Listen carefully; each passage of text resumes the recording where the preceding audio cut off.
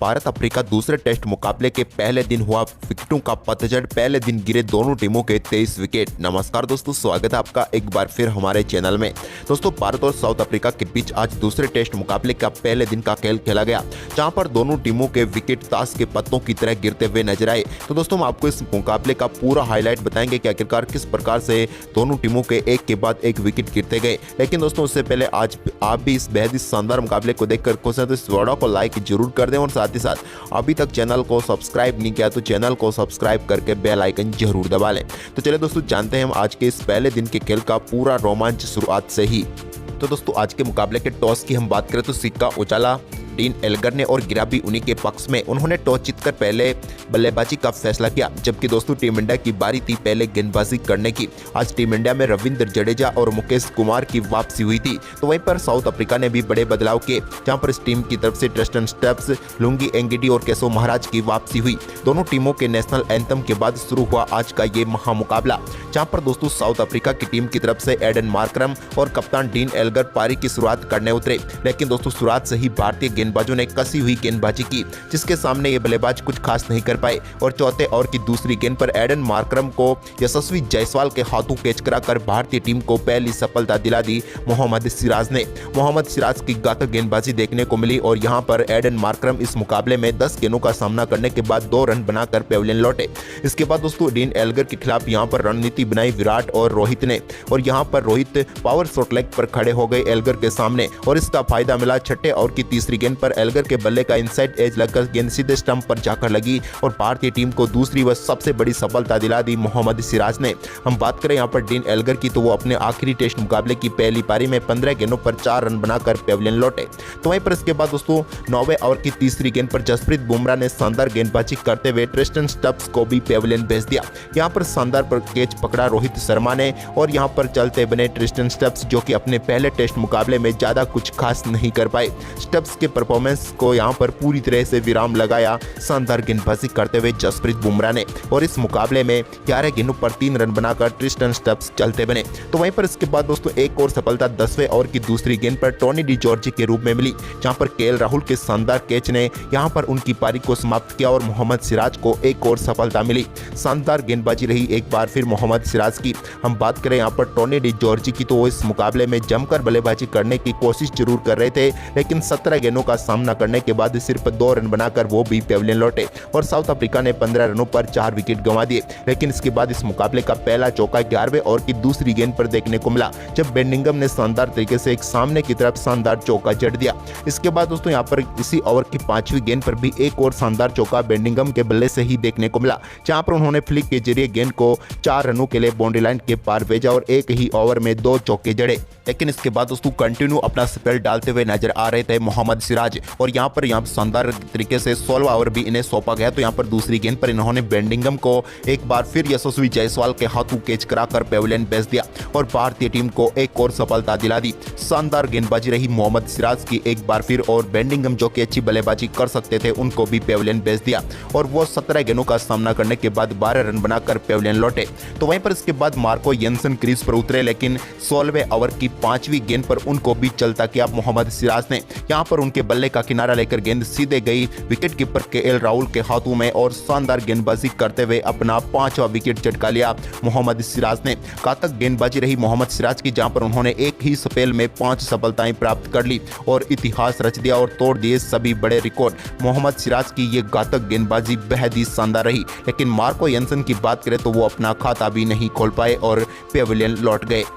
तो वहीं पर इसके बाद दोस्तों एक बार फिर मोहम्मद सिराज की घातक गेंदबाजी जारी रही और यहां पर शानदार परफॉर्मेंस करते हुए उन्होंने 18वें ओवर की 5वीं गेंद पर वेरेना को भी यहां पर पेविलियन भेज दिया। शुभमन गिल ने उनका बेहतरीन कैच पकड़ा और एक और सफलता यहां पर मिल गई। हम बात करें वेरेना की, तो वो इस मुकाबले में 30 गेंदों का सामना करने के बाद 15 रन बनाकर पेविलियन लौटे और भारतीय टीम को 45 रनों पर ही 7वीं सफलता मिल गई। लेकिन इसके बाद 20वें ओवर की आखिरी गेंद पर मुकेश कुमार ने शानदार गेंदबाजी करते हुए यहां पर केशव महाराज को पेविलियन भेजा, जसप्रीत बुमराह के हाथों कैच कराकर और एक और झटका यहां पर साउथ अफ्रीका की टीम को दे दिया और साउथ अफ्रीका की टीम अब अपना 8वां विकेट गंवा चुकी थी। वहीं पर इसके बाद दोस्तों साउथ अफ्रीका की टीम को 9वां झटका दिया जसप्रीत बुमराह ने। आंद्रे बर्गर के गेंद बल्ले का किनारा लेकर एक बार फिर यशस्वी जायसवाल के हाथों में गई और एक और सफलता भारतीय टीम की झोली में आ गई। यहाँ पर 11 गेंदों पर 4 रन बनाकर आंद्रे बर्गर पेविलियन लौटे। तो वहीं पर इसके बाद 24वें ओवर की दूसरी गेंद पर मुकेश कुमार ने कंगिसो रबाडा को भी श्रेयस अय्यर के हाथों कैच कराकर पेविलियन भेज दिया और पूरी साउथ अफ्रीका की टीम को मात्र 55 रनों पर ही भारतीय टीम ने 23.2 ओवर में ही ऑल आउट कर दिया। टीम इंडिया की तरफ से सबसे बेहतरीन गेंदबाजी मोहम्मद सिराज ने की, जहां पर 9 ओवर में 15 रन देकर 6 सफलताएं प्राप्त की। तो इसके अलावा दोस्तों यहाँ पर 2 सफलताएं जसप्रीत बुमराह और 2 सफलताएं मुकेश कुमार को मिली। तो वहीं पर साउथ अफ्रीका के मात्र 55 रनों के जवाब में जब टीम इंडिया अपनी पहली पारी की शुरुआत करने उतरी तो रोहित और यशस्वी क्रीज पर उतरे। पहले ओवर की तीसरी गेंद पर एक लेग बाई के जरिए टीम इंडिया को शानदार चौका मिला और पहले ओवर में 4 रनों के साथ भारत ने शानदार शुरुआत कर दी। लेकिन इसके बाद दोस्तों दूसरे ओवर की दूसरी गेंद पर रोहित शर्मा के बल्ले से एक कमाल का शॉट देखने को मिला, जहां पर उन्होंने गेंद को सीधे बाउंड्री लाइन के पार भेजा और एक कमाल का चौका जड़ा। तो इसके बाद दोस्तों इसी ओवर की तीसरी गेंद पर भी रोहित ने एक कमाल का कवर ड्राइव खेला और एक्स्ट्रा कवर की तरफ गेंद को 4 रनों के लिए बाउंड्री लाइन के पार भेजकर इस ओवर के 2 गेंदों पर 2 चौके जड़ दिए।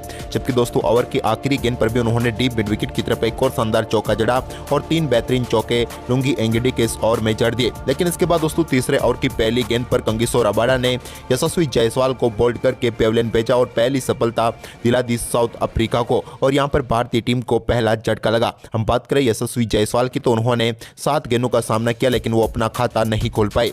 इसके बाद दोस्तों यहां पर नए बल्लेबाज शुभमन गिल ने एक और शानदार चौका चौथे ओवर की चौथी गेंद पर एंगिडी के ही लगाया और बेहतरीन तरीके से मिड विकेट की तरफ उन्होंने गेंद को बाउंड्री लाइन के पार भेजा। तो इसके बाद छठा ओवर डालने आए आंद्रे बर्गर की पहली गेंद पर कमाल का चौका यहां पर मिड ऑफ की तरफ देखने को मिला रोहित के बल्ले से। तो वहीं पर इसी ओवर की दूसरी गेंद पर भी उन्होंने कमाल की बल्लेबाजी करते हुए एक कमाल का पुल शॉट खेला और गेंद को एक बार फिर 4 रनों के लिए बाउंड्री लाइन के पार भेज दिया। अब रोहित शर्मा 19 गेंदों पर ही 25 रनों पर पहुंच चुके थे, लेकिन इसके बीच इस छठे ओवर की आखिरी गेंद पर भी उनके बल्ले से एक और शानदार चौका देखने को मिला लॉन्ग ऑन की तरफ और गेंद को एक बार फिर से उन्होंने बाउंड्री लाइन के पार भेज दिया। तो वहीं पर इसके बाद दोस्तों अगले चौका 8वें ओवर की दूसरी गेंद पर देखने को मिला जब आंद्रे बर्गर की गेंद पर शानदार एक्स्ट्रा कवर की तरफ रोहित ने एक और कमाल का चौका जड़ दिया। इसके बाद दोस्तों यहां पर भारतीय टीम का स्कोर काफी शानदार तरीके से आगे बढ़ रहा था और यहां पर मार्को येंसन की एक बाउंस गेंद पर मिले बाइक के चौके के साथ ही भारतीय टीम ने शानदार बढ़त हासिल कर ली साउथ अफ्रीका के स्कोर के बदले। तो वहीं पर इसके बाद शुभमन गिल ने 12वें ओवर की चौथी गेंद पर मार्को येंसन के एक और शानदार कमाल का चौका जड़ा और इस चौके के साथ ही यहां पर भारतीय टीम के इन दोनों बल्लेबाजों के बीच शानदार 50 रनों की पार्टनरशिप 60 गेंदों पर ही पूरी हो गई।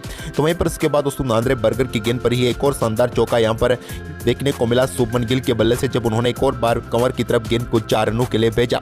अब दोनों बल्लेबाज कमाल की बल्लेबाजी करते हुए टीम के स्कोर को आगे बढ़ा रहे थे, लेकिन तभी दोस्तों टीम इंडिया को 15वें ओवर की दूसरी गेंद पर आंद्रे बर्गर ने कप्तान रोहित के रूप में बड़ा झटका दिया।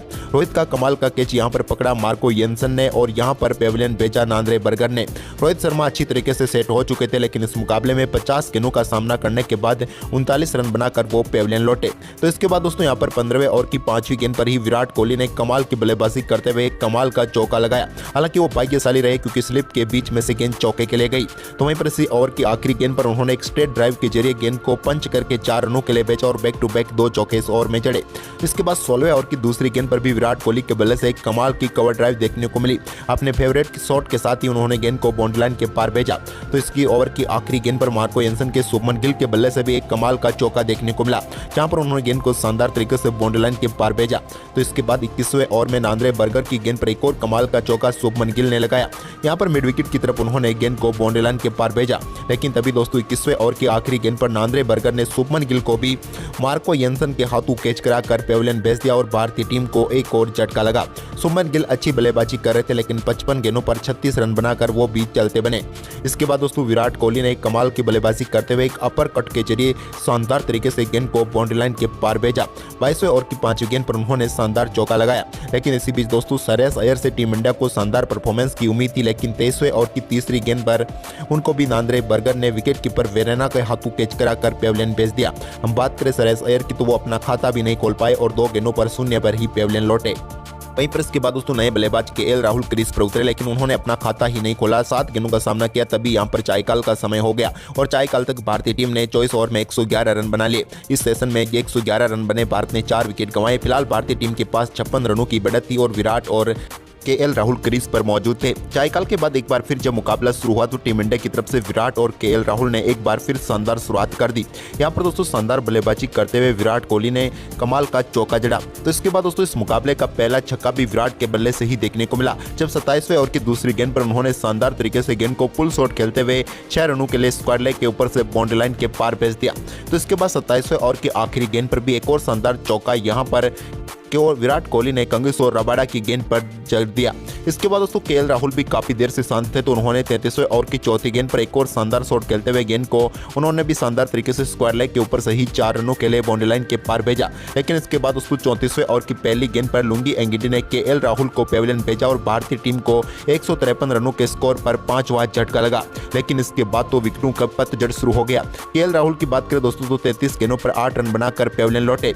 लेकिन इसके बाद 34वें ओवर की तीसरी गेंद पर नए बल्लेबाज रविंद्र जडेजा को भी यहां पर कैच करवाकर पेविलियन भेज दिया शानदार गेंदबाजी करते हुए लुंगी एंगिडी ने। और यहां पर एक और मार्को एंसन का कमाल का कैच देखने को मिला और रविंद्र जडेजा 2 गेंदों का सामना करने के बाद शून्य पर ही पेविलियन लौटे। तो वहीं पर इसी ओवर की 5वीं गेंद पर लुंगी एंगिडी ने जसप्रीत बुमराह को भी यहां पर एक बार फिर मार्को एंसन के हाथों कैच कराकर पेविलियन भेजा और एक ही ओवर में 3 सफलताएं प्राप्त करके टीम इंडिया को यहां पर पूरी तरीके से बैकफुट पर धकेल दिया। हम बात करें जसप्रीत बुमराह की तो उन्होंने भी 2 गेंदों पर 0 रन बनाए।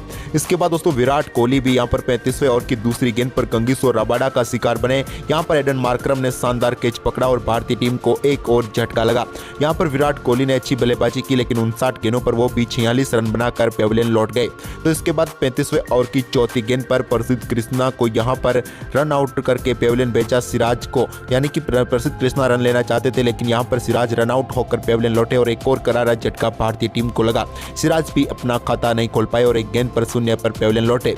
इसके बाद दोस्तों आखिरी विकेट के तौर पर रबाडा ने यहां पर प्रसिद्ध कृष्णा को भी पेविलियन भेज दिया, जिन्होंने 3 गेंदों पर 0 रन बनाए और भारतीय टीम एक समय तक 153 रनों पर 4 विकेट गंवा चुकी थी, लेकिन 5वां विकेट 153 रनों पर गंवाया और इसके बाद तो 153 रनों पर ही टीम इंडिया ऑल आउट हो गई और भारतीय टीम ने अपने आखिरी 6 विकेट गंवाए, जहां पर कोई भी रन नहीं बनाया और सिर्फ 11 गेंदों पर ही सभी 6 विकेट गंवा बैठी।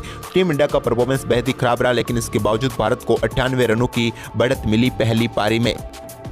वहीं पर दोस्तों दूसरी पारी में जब एक बार फिर एडन मार्करम और डिन एल्गर पारी की शुरुआत करने उतरे तो इस बार दोनों बल्लेबाजों ने सजी हुई शुरुआत दी। दोनों बल्लेबाजों ने शानदार परफॉर्मेंस करते हुए एक के बाद एक कई बेहतरीन शॉट खेले और यहां पर टीम को शानदार शुरुआत दिला दी। लेकिन इसके बाद दोस्तों 11वें ओवर की दूसरी गेंद पर मुकेश कुमार की एक शानदार गेंद पर बल्ले का किनारा लेकर गेंद सीधे विराट कोहली के हाथों में चली गई और डिन एल्गर के टेस्ट कैरियर की आखिरी पारी का अंत भी हो गया। शानदार गेंदबाजी करते हुए यहां पर उनको पेविलियन भेज दिया मुकेश कुमार ने, लेकिन सभी भारतीय खिलाड़ियों ने उनको आखिरी पारी व आगे के लिए यहां पर बधाई दी। लेकिन शानदार बल्लेबाजी जरूर कर सकते थे डिन एल्गर, लेकिन अपनी आखिरी पारी में वो 28 गेंदों पर 12 रन बनाकर पेविलियन लौटे। तो वहीं पर इसके बाद दोस्तों भारतीय टीम को एक और सफलता 13वें ओवर की पहली गेंद पर मुकेश कुमार ने ही दिलाई। यहां पर केएल राहुल के हाथों कैच कराकर टोनी डी जॉर्जी को उन्होंने पेविलियन भेजा। टोनी डी जॉर्जी 7 गेंदों पर 1 रन बनाकर पेविलियन लौटे। तो इसके बाद दोस्तों एक और सफलता जसप्रीत बुमराह ने 16वें ओवर की दूसरी गेंद पर दिलाई और यहां पर ट्रिस्टन स्टब्स को आउट करके पेविलियन भेज दिया। स्टब्स भी इस अपने डेब्यू मुकाबले में कुछ खास नहीं कर पाए और 14 गेंदों पर 1 रन बनाकर चलते बने। इसके बाद दोस्तों यहां पर आज के दिन के खेल का समाप्ति हुई तो यहां पर साउथ अफ्रीका की टीम ने दूसरी पारी में 17 ओवर में 62 रनों पर 3 विकेट गंवा दिए।